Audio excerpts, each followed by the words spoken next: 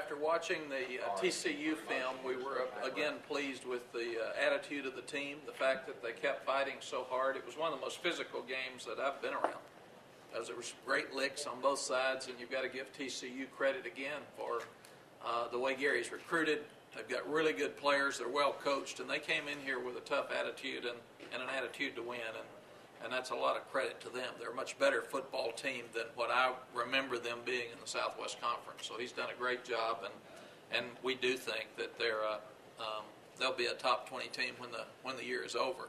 They've got a really tough task this week with a short week after as physical and hot a game as that was going to Air Force. So we do want to wish them good luck, and Gary's done a great job. In review of what we felt going into the game and what we saw coming out, our guys did play with poise and passion. That's one of the things we talked to them about during the week, because we felt like that it would be a game with some adversity. It would be a game with a tremendous amount of motion. And again, we're really pleased with our crowd. I do think it's the best our crowd has been since we've been at the University of Texas, and if not the best, it's sure in the group. We also managed the game well.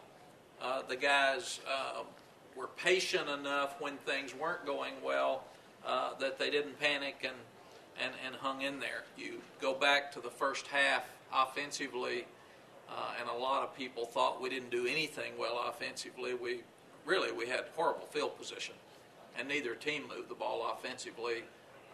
The three penalties for offensive pass interference absolutely killed the drives and moved us back, because we were moving the ball some. And the fact that we got off the goal line was a real positive. Giving up the 10 points offensively with the turnovers in our end were the things that hurt us so badly. And then you have to give our defense credit, because TCU didn't move the ball either. And when they got it down with the interception down near our goal line, had the big pass to get them down to about the 4. Our goal line defense did a great job, and that might have turned the game emotionally when you start looking at the second half and our guys coming back out and playing so well the second half. But field position was just horrible the first half, and it was because of their kicking game and our penalties more than anything else, and then the turnovers led to points. It's amazing that neither offense really scored the first half. Their defense scored in a field goal. So it was going to be that kind of game. We knew they had a great defense. We were hoping our defense would grow up and play better than they did in the opener, and they did. But we knew it wasn't going to be an easy night. I heard North Turner say yesterday that something we believe to be true in most cases. When you're playing a great defense, your rushing yards usually come in the second half, because when they're fresh and getting after you and stopping the run, it is very difficult to run the ball against a good football team in the first half. It's usually over time when you continue to pound and pound and pound, and then you start making some yards. The attitude at halftime was unbelievable with the young people and the coaches. The kids were great. They knew we played hard. They knew we played well at times, and they also knew the mistakes that we had made. So they were very easy to coach at halftime, and the coaches did make some good adjustments, but it was really about the kids' confidence in coming back and playing as well the second half as they did. The running game, our goal for the week, our motto for the week was to finish. And we finished the running game in the fourth quarter and on the goal line. We stopped the run on the goal line when TCU had it down there, where we were disappointed last week against Arkansas State, and we scored when we got it down to the goal line this time. And I thought the great surge with the offensive line and Vondrell McGee did a good job of running behind his pads and doing some really good things. The kicking game also helped us turn the game with the 2 turnovers. It looked like when the young man dropped the snap that the snap was a little bit to the left. We thought Brandon Foster was going to block it anyway, and that's probably why his eyes got off of the ball a little bit, because we had penetration and there was a free guy. So we felt like we had an opportunity to block a punt, and we felt like that one would have been blocked if he had caught the snap. Derek Lokey played maybe the best game since he's been here. His penetration, his toughness really helped us up front. Because Rack didn't play, Aaron Lewis played so much at defensive end and played really well.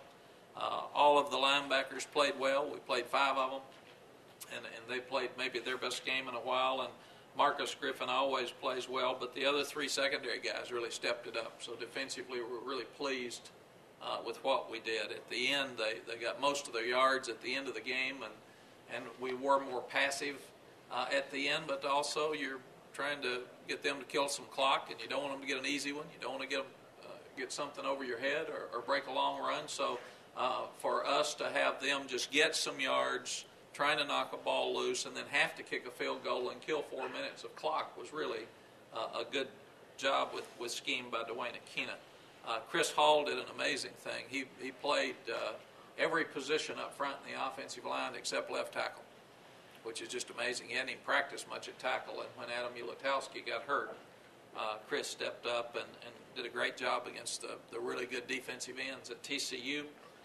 Adam Ulatowski, to show you how tough young people are, hurt his elbow, and they brought the stretcher out, and they brought the cart out. He said, absolutely not. You put that brace on my elbow, and I'm walking off this field. So these young guys are really, really tough. Tony Hills did a great job throughout the game. That was a highlighted matchup going in, and we were very, very pleased with Tony's effort and what he did against Tommy, because Tommy's a great player. And Nate Jones has had 2 outstanding football games. We had 10 explosives for the game and held TCU to 5, which was a real important key after last week. We forced 4 turnovers, and we only lost 2. So we won both of those, and still the most amazing stat to me, when we win explosive plays and turnovers, we're 56-0. When we lose both of those in a game, we've only won 1 time since we've been here, and that was Arkansas State. So we're 1-15 when we lose those 2 stats. When we win them, we're 56-0, and we won all 3 phases of the kicking game. Central Florida is coached by George O'Leary. Mac McWhorter coached with George when he was at Georgia Tech, and when George took the job at Notre Dame, Mac was the interim head coach for their bowl game. I think they played Stanford out in Seattle and actually won the game when Mac was their head coach. George is tough. They'll be well coached. They beat NC State 2 weeks ago. They have a week to prepare for us. They play great defense, and they're going to run the ball well. Kevin Smith is leading the nation in rushing. He had 35 carries for 219 yards, and they're opening up their new stadium. So they held NC State to 85 yards and rushed for about 246 and won the game 25-23. And we'll be going down to open up their new stadium, and George will have them ready. As I said, they had a week off to prepare. And with our very emotional, tough, physical game with TCU, it'll be interesting to see how we respond to a lot of people talking about how well we played instead of people talking about how poor we played. So it's a different week for us, but one that we need to get ready to play. Questions? Coach, can you talk about the importance of Jamal Charles and his durability and his performances the first 2 weeks? And many believe he could start having a breakout season with his first 2 weeks. Yes, Jamal's playing really, really well. We felt like he did a better job with 22 carries than he did with 27.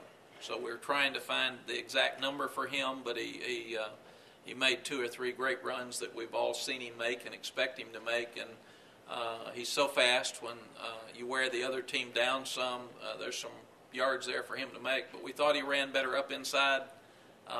Some of his long runs started up inside and broke outside, which is what we want him to do, and try to look at 4-yard runs, and then you may get the big one. But we were really, really excited, even more about Jamal's performance Saturday night than we were the first one. Coach, you started Chris the second half. Was that, just to rest him a little bit? No, the last play of the half, Jamal hit his funny bone. So it wasn't an injury to keep him out, but he wasn't ready to go right back in, and I think when he saw Chris do really, really well on that first drive, his elbow got better. Very honestly.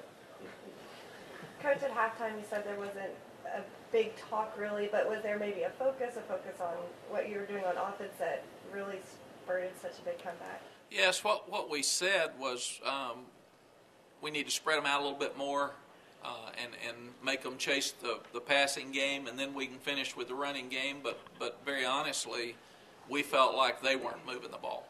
And games are won in so many ways on defense and kicking game. If they're not moving it, you have more time to fix some things on offense. And when people say that the offensive kids weren't trying, they were. They were making some great plays. They just weren't consistent again, so they had to get more consistent. And I thought what Colt did was phenomenal. For a young quarterback to have 2 interceptions that lead to points in the last 3 minutes of the half and come back and play like he did the second half is really a difficult thing to do, and it shows his confidence and shows his toughness. And he is all about winning. That's the only stat that he cares about. He didn't care about the other things. He knows turnovers aren't good, but if we win the game, we can fix the turnovers. The other thing we said to our team is we thought you were playing hard. As long as you're playing that hard, you're going to be okay. And if you'll keep doing what you're doing and cut out the mistakes on offense, we're going to come back in here winning the game. But it was a very, very positive halftime. It wasn't negative. And again, I give the fans credit. When we leave the field and the fans are positive and we haven't played as well as we'd like, we played as hard and as emotional as we wanted, it really helps our team because they know the fans think we're going to win the second half, and I think it affects the other team some. I think the other team says, what's going on around here? We got a 10-point lead, and these people look happy. Were there any of the players, did Colt step up and say something at halftime? Did anybody? No, there wasn't any need for that. I think we thought we were going to win at halftime, and we knew that there were some things we could fix. I've never seen 3 pass interference calls before, and those things are just absolute killers. I mean, they just stop drives, so you can't have them, and they affected us probably more than anything else. And then their cornerback makes a fabulous play on that interception. He's blitzing, he stops. Colt reads the blitz, he turns and throws a quick pass, and it's hard as Colt threw it for him to catch it. And then for him to catch it and score with it was just a great play on his part, and that's what we told Colt. Give the guy credit, let's go to the next play. And then the second one is a ball that's a little bit off, but it's a tip ball, and it's in the air, and tip balls are dangerous because they can be intercepted. But you really look at Colt, neither one of them are things you can say that he wasn't trying to do the right thing or it wasn't close or it's just a game of inches. And as he said, he didn't want anybody standing next to him for luck in that first half because it sure didn't happen for him. But to have that much happen against you in the last 3 minutes and 33 seconds of the half and come back out and score the first drive of the second half and dominate the second half like we did is really a credit to the team. Coach, were those picks on those interference? What was the explanation from the referees? We got none. Didn't get anything? No. I'll call John Bowden. I'm sure you'll get that. And I know you'll be positive about it too. Coach, stopping the run and being able to run the football. I mean, you're holding opponents to 84 yards rushing. You're rushing for 146 yards. That's really crucial when you start going on the road. Keith, it is because when you play a George O'Leary coach football team, they're going to run the ball and stop the run. I mean, 246 yards rushing last 2 weeks ago against NC State and 85 given up. And then you start looking at time of possession. It happened some against Arkansas State. They just eat up the clock. They keep your offense off the field. And if you're not careful, you look up. At one time in that first half, TCU had it 14 minutes and something, and we'd back to 7.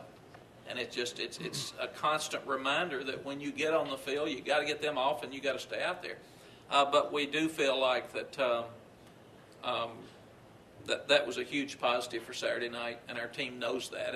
And we are finding out who we are offensively now. We're going to be more of a multiple offense, a lot of different formations. We're not just going to be a shotgun team because that's not what we do best all the time right now. So we're finding out what everybody's doing, and it's better. We hope Jordan will be back this week. He was probably about 90% last week. He didn't get to help us. We were hoping he would, and we've still got to play more freshmen. But we're just getting better, and we like where we are right now. Follow up on that offensive line, obviously, with Adam. Don't know what his future. Some young guys are going to play there, too? They really are. That Chris Hall saved us, and that's so unusual that you just say, Chris, go in, and he knows to find the open spot. It's like finding musical chairs. Where's it open, Coach, and I'll go do it. And what a neat thing for a kid that's not played very much. That was just a great game for him. I saw him at dinner last night, and he said, I've never had that much fun playing football in my life. And I said, since you had fun, I had fun. It makes it better that way. But we do have to get the young guys played right at the end, but we got to play them more. And there's a lot of really good young players without any experience, and we're just going to have to get them out there like we did Sam Acho. Sam made a tackle, got to play, and we probably were going to redshirt Sam till Henry didn't play, and then Rack got hurt. But that's why things change, and that's where you have to be flexible with your thoughts in college football because they change by the day. Roger? Can you tell me, or tell us, how the Central Florida game kind of came about going to Florida? You don't recruit a lot there. I really don't know.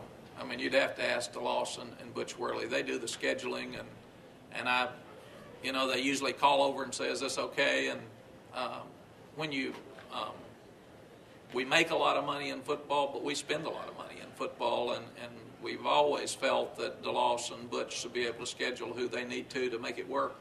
And scheduling is a very, very difficult thing for an athletic director. So a lot of people thought we shouldn't play TCU. Well, ticket was hard to get. It was a great night. It was a fun night for the state of Texas and both schools, and it was a dangerous game for us. But you know, it's a dangerous game for them too. They would have been if they'd played a lesser team and won, it might have helped them toward the BCS more. So give TCU credit for playing the game as well. And I'm not sure. I think this is a 2-for-1. I think we play them twice here and once down there, and we're opening up their stadium. But I really don't know how it came about. Coach, is this a trend with these Florida schools? We all know your old school, Florida State, Miami, and Florida have always been good, but with the emergence of what happened in Auburn last week and how well this team played against NC State, is this something we're going to see these Florida minor schools getting much bigger? Well, I don't think you can call them that word anymore because South Florida just beat Auburn at Auburn, so that'll get your attention if you want to. And we all remember Dante Culpepper at Central Florida, and they won the Conference USA 2 years ago. And like the state of Texas, there's a lot of football players in the state of Florida, so all their schools have a chance to be good like ours. Do you feel like after such a big game at TCU, you have to get your players focused now on Central Florida, maybe a little bit more like Arkansas State? Well, you're not sure. When you're talking about your players, you're talking about 130. So to try to get one thing to get 130 to react to is a very difficult thing. It helps me when you're all rude. So if you all can just talk how bad they are all week, that really helps me, because then they come to me griping about you, and I tell them, I'll prove you all wrong. So you all really helped last week. So I wish you'd help more this week. But it is it's a more difficult week at Texas after a win where you beat somebody badly than it is if it's a close game and you've got more people questioning the kids because they want to prove it. And we've got to get to a point like we were with the 05 team, that we play because we're a good team, and we play because we're playing to a standard to be the best in the country, not because we played good one week or we played poorly the next week. And that's what we'll work on this week. We'll have a very difficult week of practice. We'll go back to work. I told them you didn't have any buddies but me and your family and your teammates last week. Now you're going to have people wanting to hug you and lay next to you and put their head on your lap. So it's just what you got. And understand the difference in that, and understand that if you don't play well at Central Florida, you'll go back to being my buddy again. So just understand that I'm here every week and some other people aren't.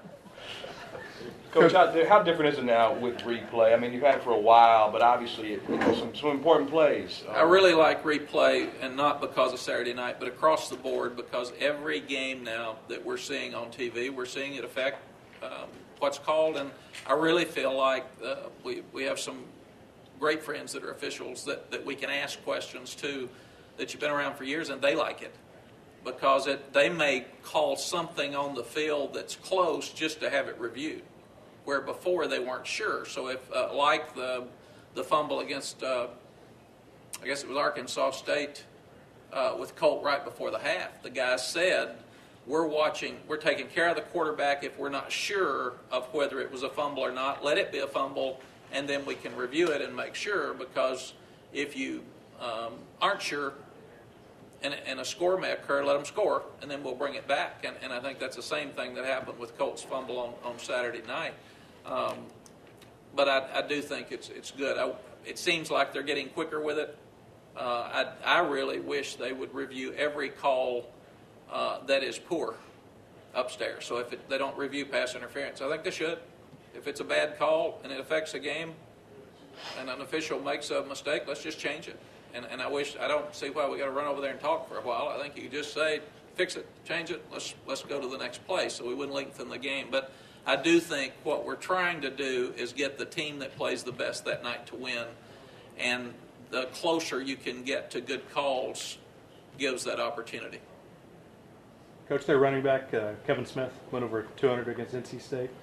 He's really good. What's his style? He's 211 pounds, so he's a big, strong guy that's about 6'1", and they lost him some last year, and it really affected who they were and what they did because George wants to line up and be physical and run the ball, and he'll be a real test for us. He'll be like the best ones that we play in our league throughout the year. From your days at North Carolina, is it impressive to see a visiting team win at NC State? Yeah, it is. Tom O'Brien's first game, I mean, it sends a message to us, and we've coached against George 3 times when he was at Georgia Tech, and we were at North Carolina, and he is a good football coach. He wouldn't have been hired at Notre Dame unless he's a good football coach. So he's doing a great job there, and they'll be excited. And I know he works them as hard as anybody in the country, and he gave them off last Monday, Tuesday, and Wednesday. So that's not like George. He's trying to have them fresh when we come down there to play. Coach, you talked about it a little bit, but was it nice to see, even though some of your players got injured, so many young guys stepping up? I mean, you had McGee, and then you had all the defensive ends. It is.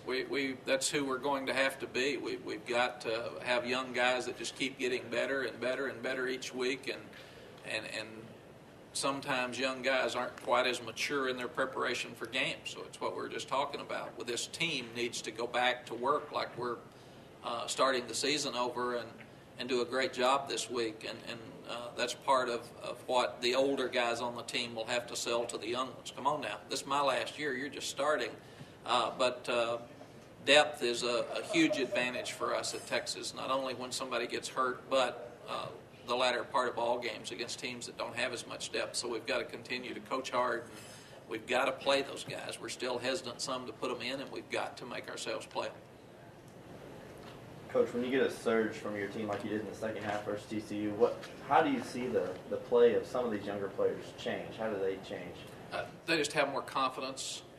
The older guys understand the speed of the game and what changes a game, and we did not feel like we managed that part of the game very well against Arkansas State. When it was time to put them away, we didn't.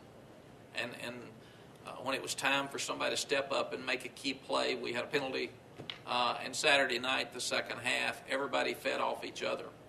And that's what is so key. And we forget the 3 of those 4 defensive backs had not started a game till last week. So they felt different about this game, I'm sure, just not because they weren't ready to play Arkansas State, because they hadn't been out there. And you walk out on that field for the first time and look around 80,000, 90,000 people, and it probably is a distraction a little bit. So we felt like that the 3 other secondary guys other than Marcus played great and much better than they did in the opening ball game.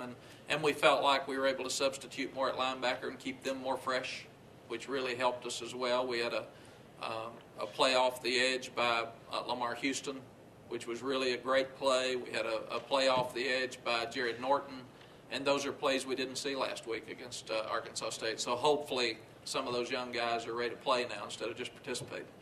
Take a couple more. Anybody? Anybody got anything else? Thank you, Coach. Thank you, folks. Thank you, man.